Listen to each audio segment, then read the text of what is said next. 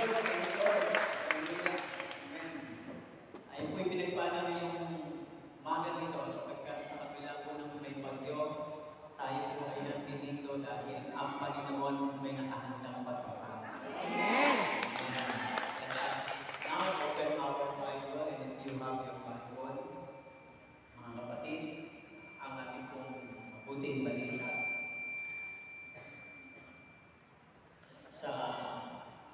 ang mabuting balita ay yung kay Juan o John, the Gospel according to John chapter 15. Simula po sa verse 1 hanggang sa verse 8. Handa na ba tayo makinig? Amen. John 15 verse 1 to 8. Ganito po ang sinasabi. I am the true vine, and my Father is the vine dresser. Every branch in me that does not bear fruit, He takes away.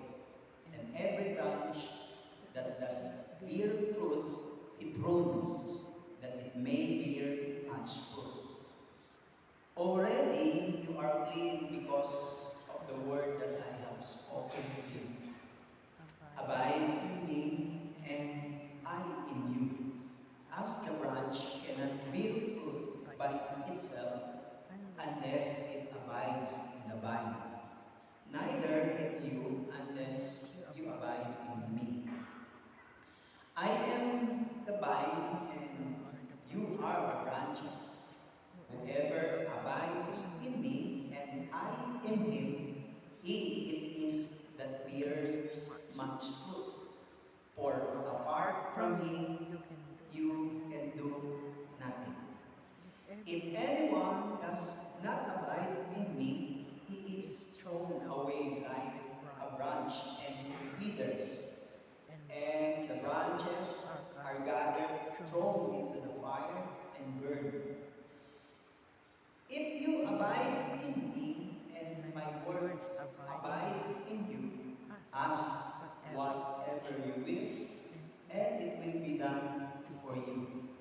By this, my Father is glorified, that you bear much fruit, and so prove to be my disciples. Purihin natin ang Panginoon sa Panginoon. Okay, kailan tayo po, mga brothers and sisters. Okay ba yung sound natin sa likod? Para medyo na ibis, nagdagan lang ng konting days, bawasan ng ibis.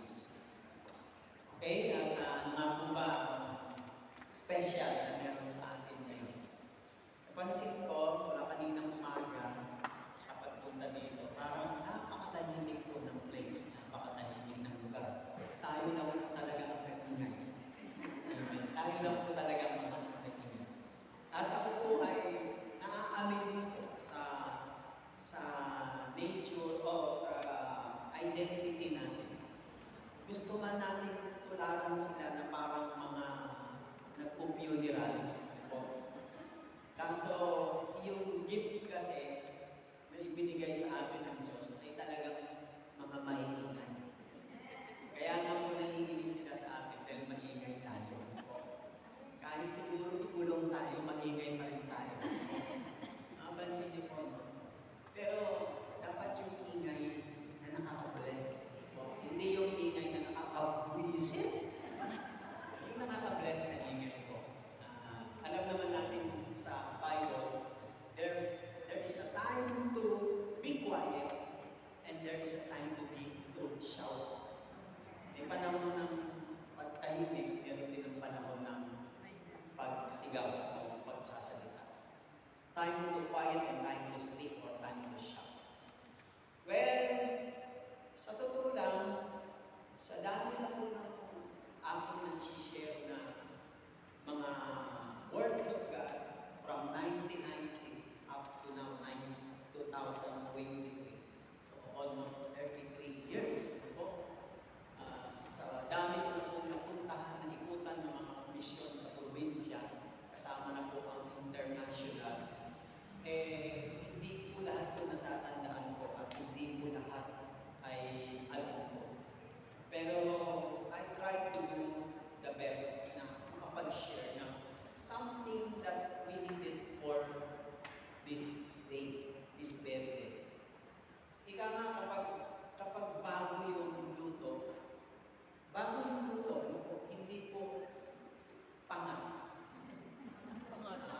angat ng bagong luto, mas masarap kaysa sa pangatang po. And sometimes, pabalik-balik lang po kami sa mga Gospels, Word of God, but this, mga dating mga Word of God Gospel, but different kinds of message. Ang Diyos kasi nangungusap sa atin sa iba't-ibang pamamaraan. And sometimes, God speaks to us in difficult ways. At dumarating tayo sa mga manihigpit nating problema at pagsubok. It does not mean God is silent. God is speaking to us. Kung nag-expect kayo na mangungusap sa iyo ang Diyos, i-bless ka, pagpapalain ka dun sa mga spectacular things, then baka ma-miss mo yung pamamaraan ng Diyos. But sometimes, God speaks to us in a difficult ways or circumstances. Mas sabi daw nila, mas experience, circumstances is the best teacher. Po, maganda siya, nakakapagturo po sa akin. Now, let me go on. Ito po mga binasa natin ngayon. Kung nalilitan po kayo, kita niyo po ba doon sa likod? Kita niyo pa po dahil po pag nagkakaedad, yung ating mga mata, alam niyo na po yun. Ako po ay gumagamit ng reading plus pag ako po ay nag-study. Pero pag nagtotok po ako, kasi hindi ako sanay na naka-reading plus, kaya inaano ko lang po, pinagtitiisan ko lang po kahit may konting struggle. But, ang mahalaga ay yung makarinig tayo ng Word of God. Ano nga po ba ang ating pwedeng mapakinggan ngayon na turo ng Panginoon? Staying connected. Staying connected. Ang mundo po natin ngayon ay, nandito na po tayo sa mundo na kung saan na ang ating teknolohiya ay napakabilis at napaka-high-tech. Napakataas. Di katulad noon, puro manual. Ang hirap makakonect sa loved ones noon, katulad ng telegram. Ang pinakamabilis na communication noon sa loved ones natin, ng mga nasa malalayo ay telegram. Hindi lang yung mga transportation natin. Ngayon, mabibilis ng transportation natin dahil sa mga bullet trains at saka itong ating mga mga fast craft. At ngayon, umilis ang transportation dito sa Hong Kong and Macau because of the new bridge na nagawa ngayon dito. Napaka-high-tech na po. Ang hirap makontak noon dahil yung mga satellite hindi pa masyadong ganun kaganda o kahusay. But ngayon, napakabilis na. Depende na lang yan doon sa signal o sa frequency at saka doon sa network provider. Depende po doon. But today, mga kapatid, people are very easy to connect to each other para makakonect. Napakabilis na po ng mga connection ngayon. Pero sa bilis po ng connection ngayon ng mga tao because of technologies, mga kapatid, pagdating naman po sa Panginoon, medyo pagdating sa spiritual na bagay, medyo nagkakaroon tayo ng crisis o struggle about our connecting to the Lord. Buhay pa mo kayo. Nagkakaroon po tayo ng struggle doon. Madali, di ba? Sa atin, ang dali lang. Mas cellphone ka, may laptop ka, basta may signal, maganda yun. Ang bilis makakonect anytime. Basta may load, may data, etc. Ang bilis. Kaya nga lang, pag if we compare this connection to the Lord, medyo doon tayo nagkakaroon ng crisis o struggle. And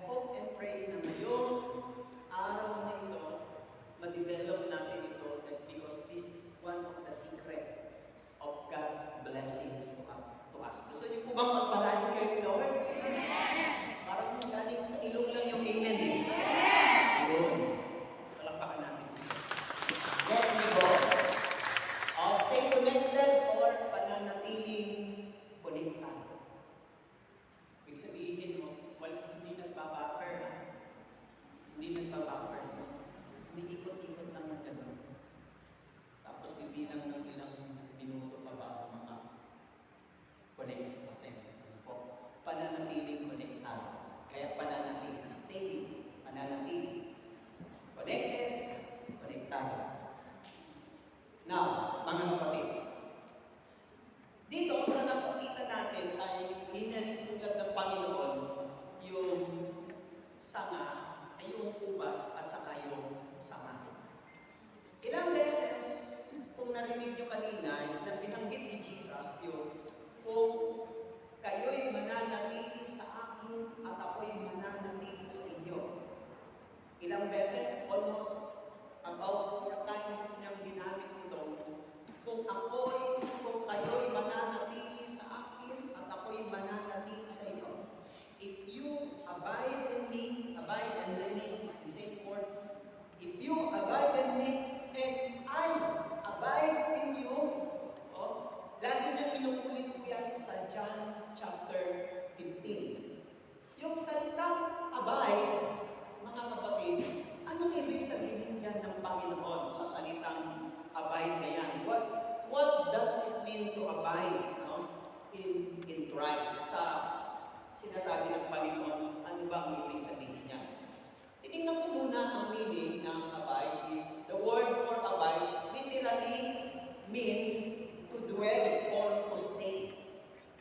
To dwell or to stay. Saan ba tayo laging lumalagi? Pwedeng sa San Malo, pwedeng sa simbahan, pwedeng sa Central, ang po yun. Pwedeng sa mga tropa, sa pangbarkada natin, pwedeng sa shopping mall. Pwede. Pag sinabi mo abide, saan ka madalas mamalagi? Or to stay. Another one is, or to live. Kung saan ka nabubuhay, nandoon ka sa ikinabubuhay mo. Just like here in Macau. Nandito tayo sa bansang Macau kasi dito tayo nabubuhay at ito ang source natin para mabuhay kasama ang ating mga family. That's why we are here. We dwell here, we stay here. We are not only staying in the place, but we live in that place. Pag tayo po ay na-terminate, na-alis, natanggal sa trabaho, wala na pong buhay. Ay, ibig sabihin, wala na tayong source of income. Ahanap ka ulit. Kaya dapat ninyong aanigaan, mamahalin yung pinanggagalingan ng source ng buhay. Kasi ano yan, galing yan sa Diyos. Amen po ba? Now, it is a fixed state or continuing in the same position. Yung nandoon ka sa lugar na yun na hindi ka natitignan, hindi ka nababago at hindi ka nawawala. Ito kasi yung problema ng maraming Kristiyano. Nag-umpisa, tuwan-tuwa, ang saya, ang sigla. Sabi niya, dito ako, purihin ka Lord. Bait mo, pagdating ng panahon, wala na siya doon sa lugar na yun. Because of circumstances. Kaya mayroong salita si Jesus, kung mananatili kayo sa akin at ako mananatili sa inyo, then ask whatever you wish for prayer and it will be given to you. At sabi niya, kapag nananatili kayo sa akin, ako ang puno ng ubas, kayo ang mga sanga, ay kapag kayo ay nananatili sa akin, kayo ay mamumunga ng sagana. You see the analogy or yung ginamit ni Jesus na example is puno ng ubas at mga sanga. Hindi kasi natin tayo pamilyar sa ganyang culture na yan ng pag-ubas kasi sa atin, sa bansa natin, wala tayong ubasan.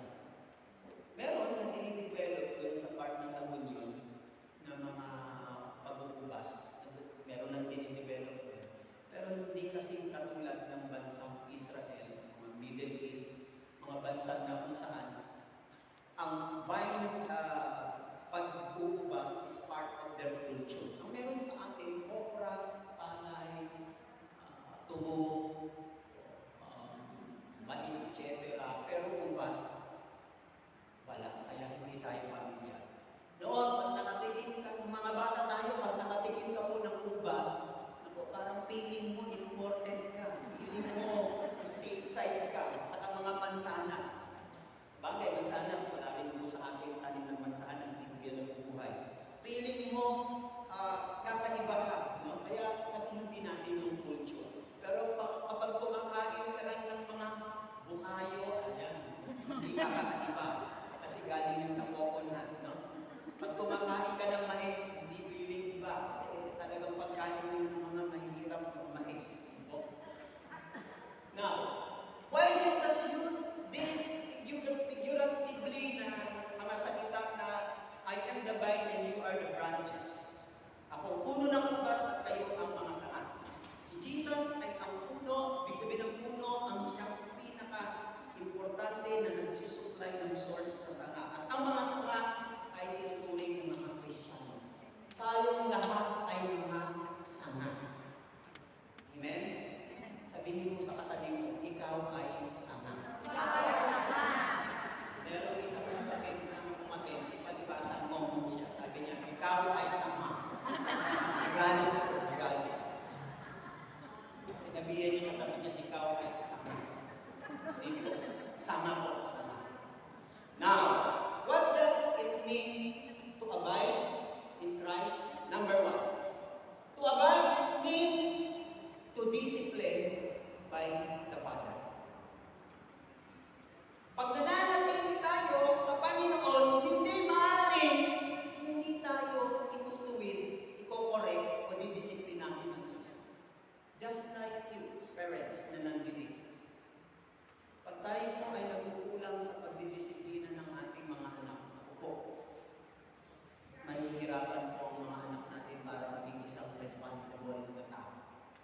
Ang isa lang po sa pagsubok natin dahil sinacrifice po ninyo ang inyong buhay na magpag-abroad, kaya hindi niyo po nakikita kung paano sila disiplinahin. Sacrifice po yun, tiniis niyo po yun. Kahit alam niyo hindi niyo nasusundan yung mga anak. Ang problema naman po sa mga kapartners naman natin sa buhay, yung kakulangan natin, hindi naman nila magampanan. Ano po? Hindi po nila magampanan.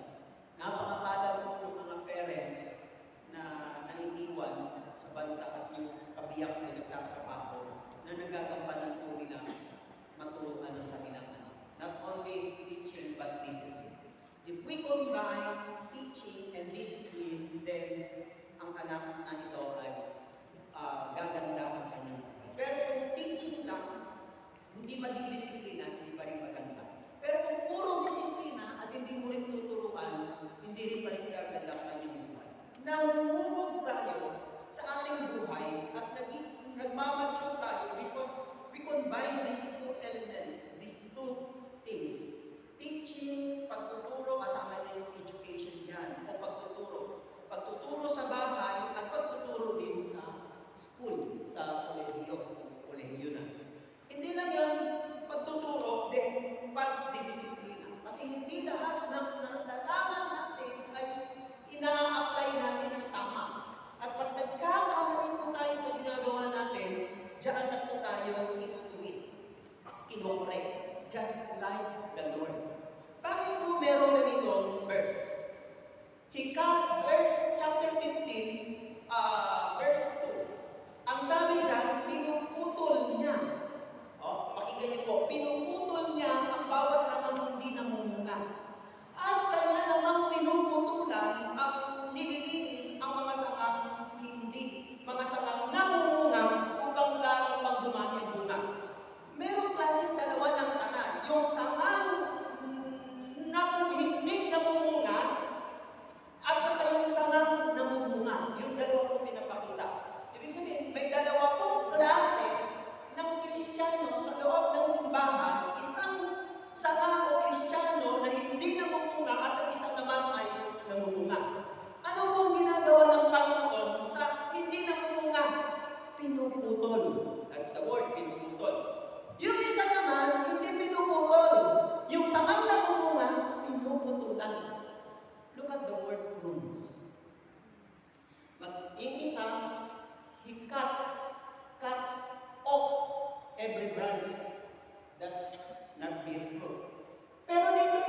parts ang ginamit. Prunes. Cutting and prunings are different word. Iba yung pinuputol sa pinuputulan. Magkaiba ha?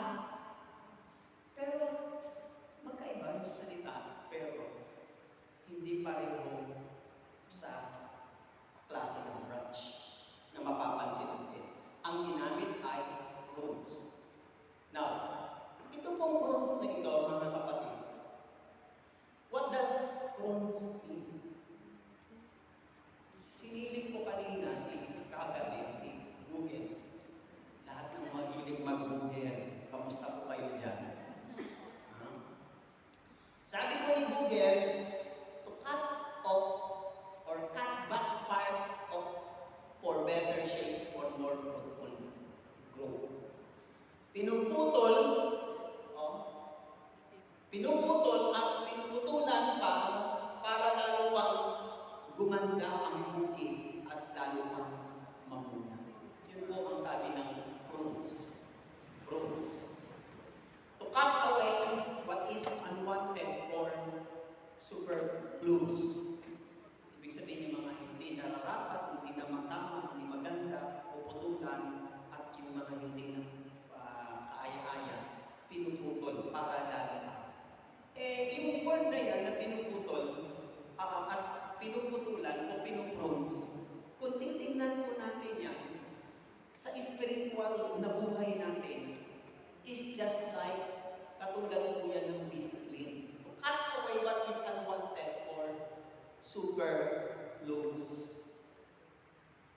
Yung hindi na mga labis-labis na, mga sobra-sobra na pinuputol ng ganito.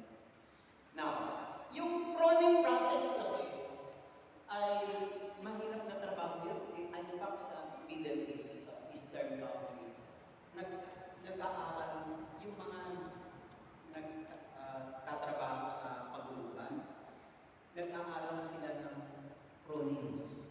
Kasi pag mali ang cutting, at mali ang check o mali ang nakat, hindi makakapag-produce ng maraming grapes.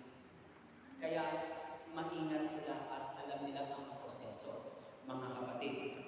Ang mga successful na gardeners o vine dresser ay pinuputol talaga nila yung mga sanga hindi namumunga at pinuputulan yung mga sanga namumunga pa para lalo dumami ang bunga.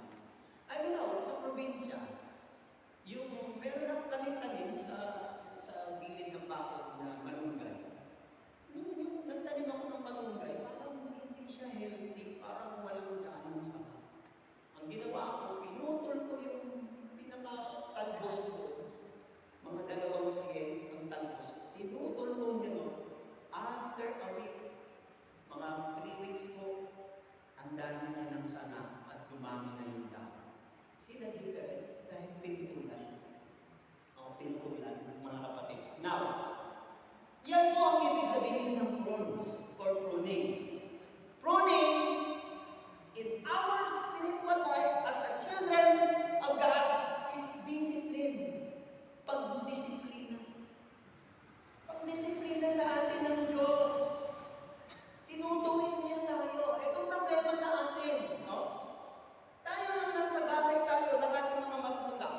Pag tayo po'y pinapagalitan, pinapalo, sinisigawan, pagdisiplina po sa atin yun. Ang problema sa atin dahil hindi pa natin lubos at ganap na maunawaan bakit ginagawa sa atin yun, maraming mga bata naramdaman katampo na hindi kakain. Diba? Ikaw naman bilang parents, at mag-aalala ka. Pagkatapos ng pinalo, pinagalitan, hindi kumain na ng maging mo, lalangtingin mo para kumain. Tatampo, iba hindi papasok sa school, yung iba maglalayas, pinakamatindi yung maglalayas. Bakit? Kasi hindi nila maintindihan ng disiplina. Sa gawain ng Panginoon, nararanasan natin ito. Magtataka po kayo, akala po ninyo sa sobrang saya at dalo kayo ng dalo, akala nyo puro blessing, gusto nyo puro pagpapala. Pero bakit ganon? Ba't minsan ang dumarating sa atin, problema sa asawa, sa anak, sa amo, sa kalusugan, problema, ang daming problema.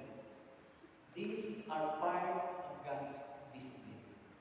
Sabi po ni Hebrews 12, verse 5 and 6, nakalimutan niyo na ba mga pangaral sa inyo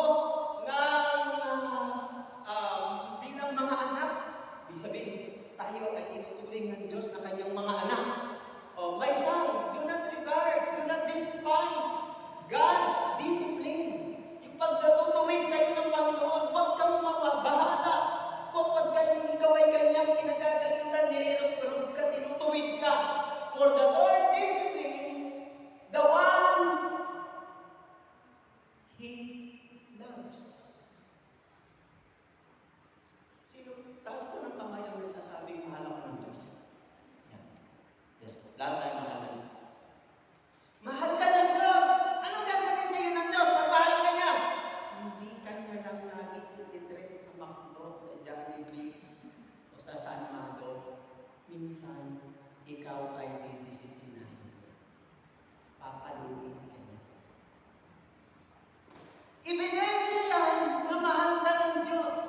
Pag hindi ka dumaraan sa mga problema, pagsubok bilang parte ng pagdisiplina ng Diyos, then you are not legitimate son. You are illegitimate son. Hindi ka tunay na anak, ikaw ay ampon. Amen? Yan ang palatandaan. Paano mo malalaman na anak ka ng Diyos? The Lord discipline the one who He loves. Ang nagmamahal, nagdidisiplina ng minsan, huwag kayong ma-offend pag mayroong nagpo-correct sa inyo. Ngayon, kung iba yung correction sa criticism, ang criticism, mabigat, critical yun. Criticism. Criticism sometimes judgment, pagiging judgmental. But correction is different. Discipline and correction is similar words, pero magkaiba sa criticism. Listen. Pag kayo po ay kinokorek, tanggapin nyo. Pero kapag kayo ay ginajudge, medyo tanggapin. Kasi sabi ng Bible, do not judge. Diba? Pag ginagawa mo sa kapwa mo, sa kapatid mo, ang pagpapaalala, pagtutuwid, nangangahulugan, mahal ka niya. Pero kapag hindi ka tinutuwid at kinukorek, doon ka mag-alala. Sabihin mo sa sarili mo, may amon pa ba? Parang hindi na yata nila sinasabihan na. Di ba? Actually, sa iba, binabayaran mo yung nag-criticize ka, hindi para sirahin, kundi nag-criticize. In-criticize mo yung isang product, yung isang trabaho, yung isang ginawa, para lalo mag-improve.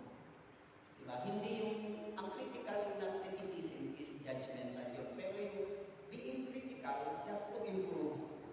Kasi kung walang pupuna, walang magtutuwid, walang magpukorek, hindi ka mag-i-improve. Hanggang doon ka lang sa kinasanayan mo. Diba? Hanggang doon ka lang sa kinasanayan mo. But on our part, tanggapin natin. Mas maganda yung may nagsasabi sa iyo Brad, alam mo, ang pangit ng suot mo. Diba? Pangit pa. Brad, hindi ka nag-tap-in, nalimutan mo. Hindi ka nag-tap-in. Ganun ba? Kasi, pagpapakita yun, na yung tao na yun, mahal mo siya, ayaw mo siya mapahiya, mapahamak, o masira.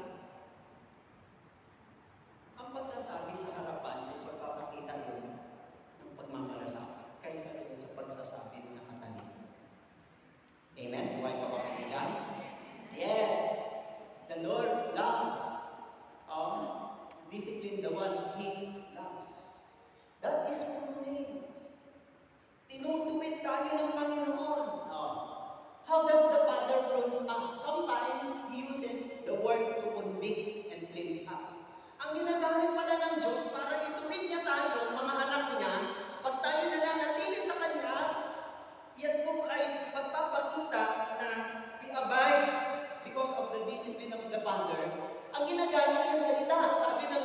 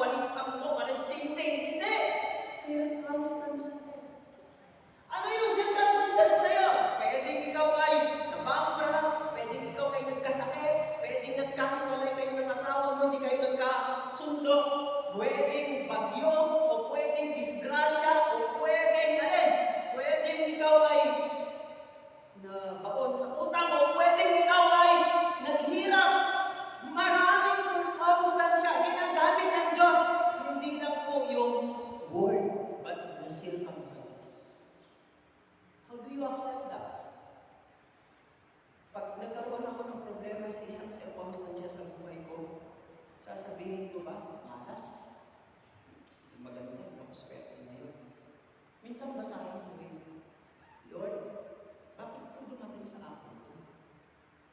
Ano po gusto nyo ituro? Eh, okay naman po ako. Hindi naman po akong nakagabyado. Aha. Ang gusto kasi ng Diyos, kaya ka pinuprunes, dinidiscipline, para lalo ka pang magbunga. You see the purpose of God, ang layunin ng Diyos dyan.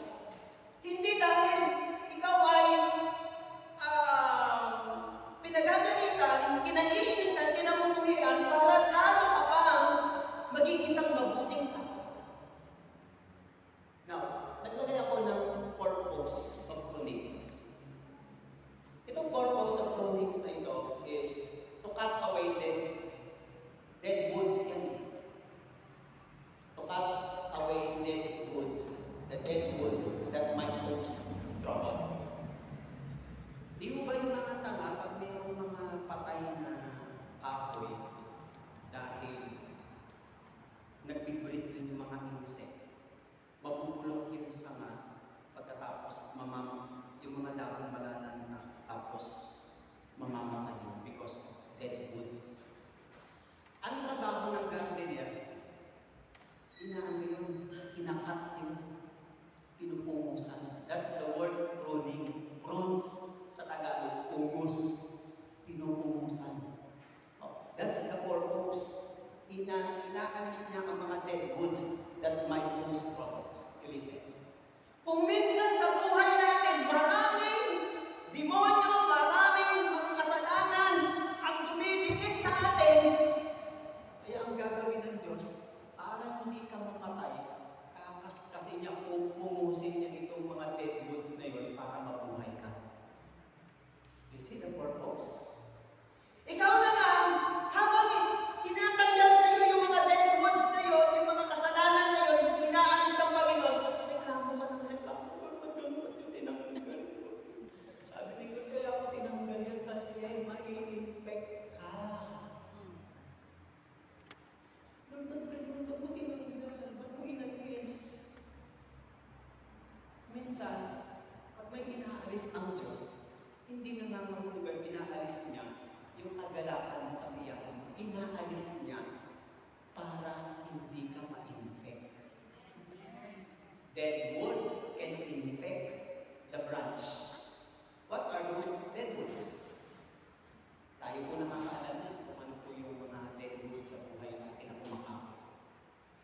Kaya pag tayo po ay nako-complacent sa mga bagay na ginagawa natin na hindi kaaya-aya sa Diyos, isang araw magugulat ka na lang, wala ka na sa gawain ng Diyos because of infection of insect. Nag-breed, kaya nagiging dead woods. Yun pong ibig sabihin niya, to cut away dead woods. Inaalis ng Diyos pangalawa, meron pang he-cut off the living tissue. Minsan ang Diyos naman, ganito naman ang ginagawa niya. Kadalasan ang ginagawa niya pangalawa, pinuputol niya yung mga buhay na himay-may tissues, mga himay-may na nag-aalis sa atin ng ating spiritual na sigla. Napansin niyo noon, ang ganda-ganda, yung wala pang pandemic, ang sigla-sigla na saya natin, gusto natin maglingkod, sabik na sabik tayo, papuri, pagsamba, pakikinig ng Word of God, parang kulang, o parang hindi ka sapat at pagmahal, hindi ka nang pagsimba na kapagpuri sa Panginoon. Noon, wala pang pandemic at ng mga una-una. Pero ngayon, kita niyo ang laki ng pagbabago. Inaalis niya yung mga himay-may na tissue na nag-aalis sa atin ng spiritual na sigla. Mga kapatid, no? May mga bagay, alamin lang natin, ano po ba yung nagpapabagal sa iyo? Ano po ba ang nagpapahinto sa iyo? Ano po ba ang hadlang na sa iyo para hindi ka lumago at mag-going straight sa Panginoon? Tinatanggal yun ng Panginoon. Kasi yun ang hadlang sa spiritual na pag-unlad at pagsigla. Puputulin niya.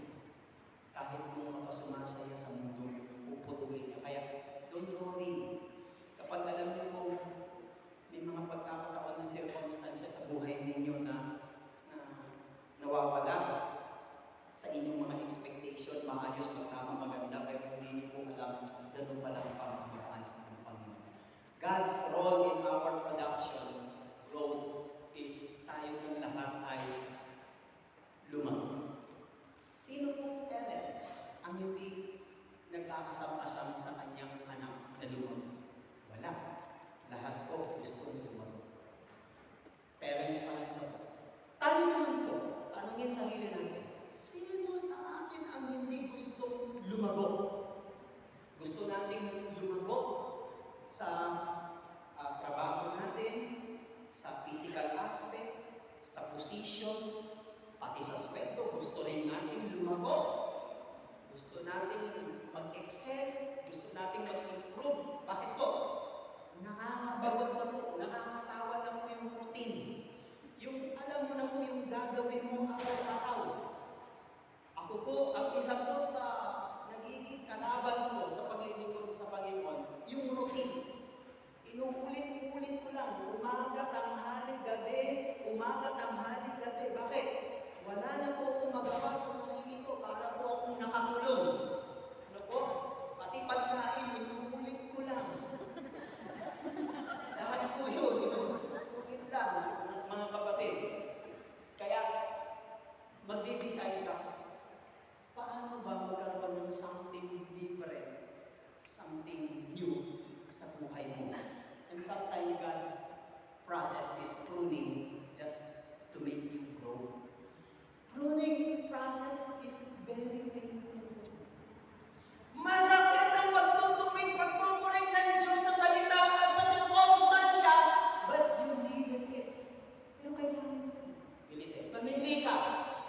Masakit, pero kailangan mo. O masakit, hindi mo na kailangan. Masakit, pero kailangan mo. Hindi ba na kang choice dyan? Masakit? Oo, masakit. Yung iba masakit. Yung iba, pag nasasaktan, ayaw nang umulit, ayaw nang magpatuloy kasi nasasaktan. Pag gano'n nila sa gawain ng Panginoon, akala nila puro blessing. Eh, chinismis pala, pinakusahan, o pinagkaisahan, chinismis. Hindi na po babalik. Nasaktan na ako. Mga kapatid, that's part of circumstances. Paano mo malalaman na matatag ang matibay ka kung walang nang-chichismisan niyo? Amen? Sige nga. Paano mo malalaman na matatag at matibay ka kung walang gagawa ng masama sa'yo? Nasa sa'yo na lang ang kung paano mo tatratuhin yung ganong circumstances. Kaya maraming tao hindi nag-grow, nag-excel, nag-improve sa kanilang buhay kasi sa tuwing masasaktan, humihinto, bumibitaw, umaayaw. Amen? Amen?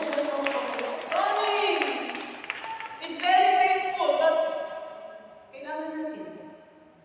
God knows what will detract from our fruitfulness. Alam ng Panginoon kung ano yung nagdedetract ng iyong paglago, pag-excel, pag-improve, pagiging isang mabuting tao. Kaya ang gagawin niya, iko-correct ka niya para hindi ka lamang mapariwara. Mahirap ang pagtutuwid, mahirap ang pag-correct, pero kailangan. At lahat ng natutuwid na correct, gumaganda ang buhay. Hindi gumaganda ang buhay. Sabi ni Jesus, ang mga sangang namumunga ay lalo pa niyang pinuputulan. Pero yung sangang hindi namumunga, pinuputol na. Kaya pala meron mga Kristiyano na kahit anong gawin nila, parang wala pa rin yung contentment, joy, happiness, empty pa rin. Parang hindi magkasya, magpitong kanyang emptiness kasiyahan niya.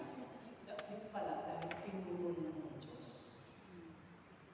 Kasi yung sanga, pag nakakabit sa puno, patuloy ang supply niya. Tapos habang nakakabit siya, kung pinatuloy siya sinusuplayan ng nourishment,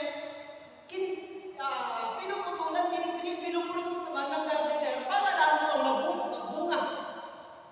Masakit ang pagtutuwid, pagpuprunes ng Diyos, pero ito ang pamamaraan para ikaw lumago at magbunga.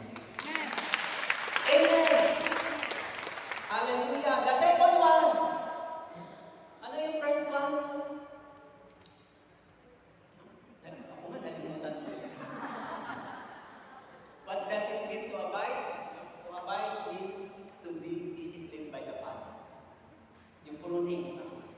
Pangalawa, to abide, it means to keep in fellowship with Christ. Fellowship. Tinignan po ulit kay Google. Fellowship.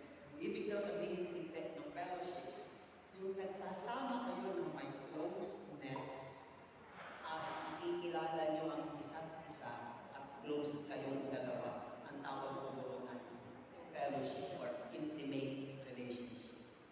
That's the word fellowship. Ang isa sa pinakamagandang term niyan, sa Google yun, sa spiritual, sa Bible, ang isa sa pinakamagandang term is communion. Communion. Sa misa, meron tayong tinatawag ng communion, pakikihati sa katawan ng dugo ng Panginoon. Ginagawa yun ng isang tao at may pananampalataya kasi inuturing na si Jesus ay bahagi sa buhay niya at siya rin ay bahagi kay Jesus. May ugnayan sa dalawang communion. But I use the word fellowship here. But later on, i-elaborate ko yung communion. Fellowship, mga kapatid. Now, ang branch, sabi dyan, abide in me and in you, as the branch cannot bear fruit by itself. Yung sanga hindi niya kayang mamungang sa kanyang sarili, sabi ng Bible, unless it abides, maliban na ito'y nakakonekta, nakakabit, nakakonektado, saan? Sa puno. Neither you, ganun din kayo, unless you abide in me, hindi kayo makakapamunga. Now, verse 6, I am the vine and you are the branches. Whoever abides in me and I in him, he is that bears much fruit. For apart from me, you can do nothing. Pag hiwalay kayo sa akin, ibig sabihin pag disconnected kayo, pag hindi kayo konektado, nakakabit, nakakonect sa akin, you can do nothing. Later on, aalamin natin yung word na you can do nothing. Mga kapatid, the branch cannot produce its own life. Ito po. Walang sanga na makapamumunga sa kanyang sarili. Kaya namumunga ang sanga dahil sa puno. Bakit? Yung puno ang nagsusupply ng nourishment sa sanga.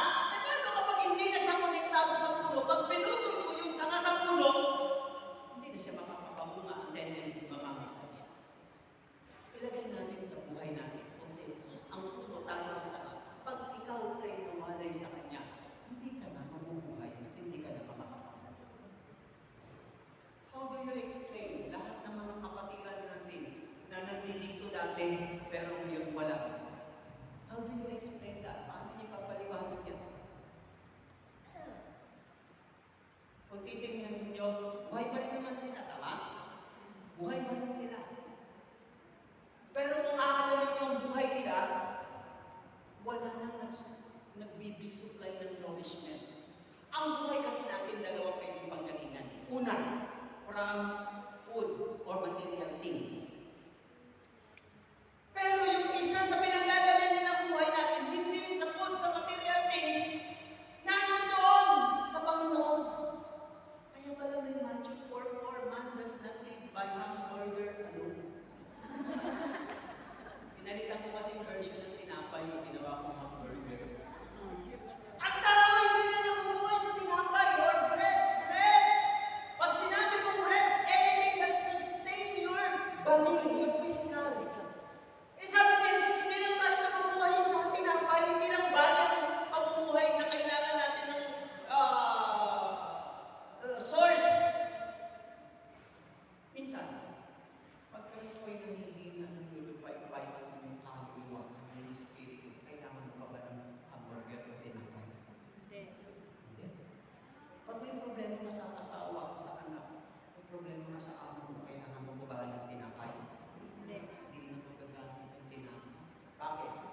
Kasi yung tinapay para lang sa body, para tayo ay mabuhay at makapagtrabaho. What about your soul?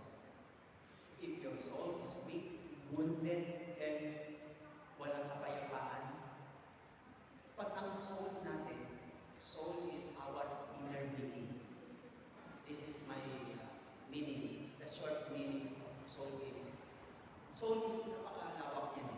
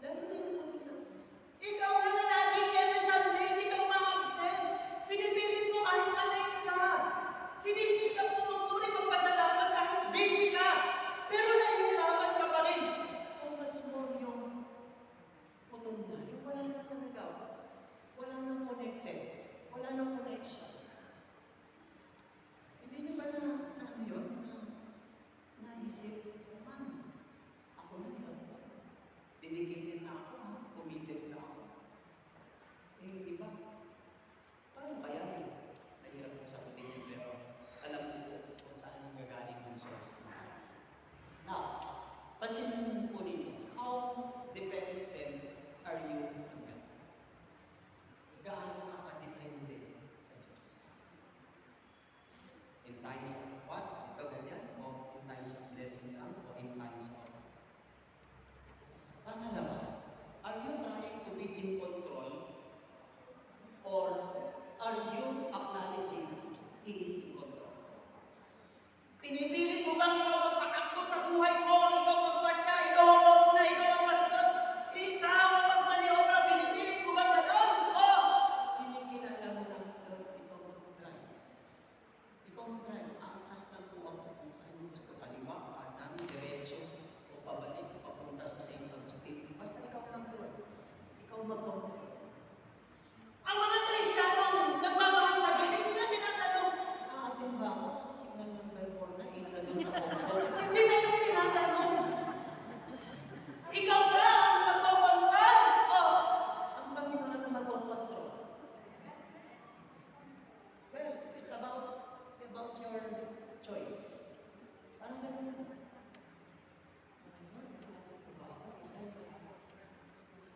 Magugunan ng mundo. Is that?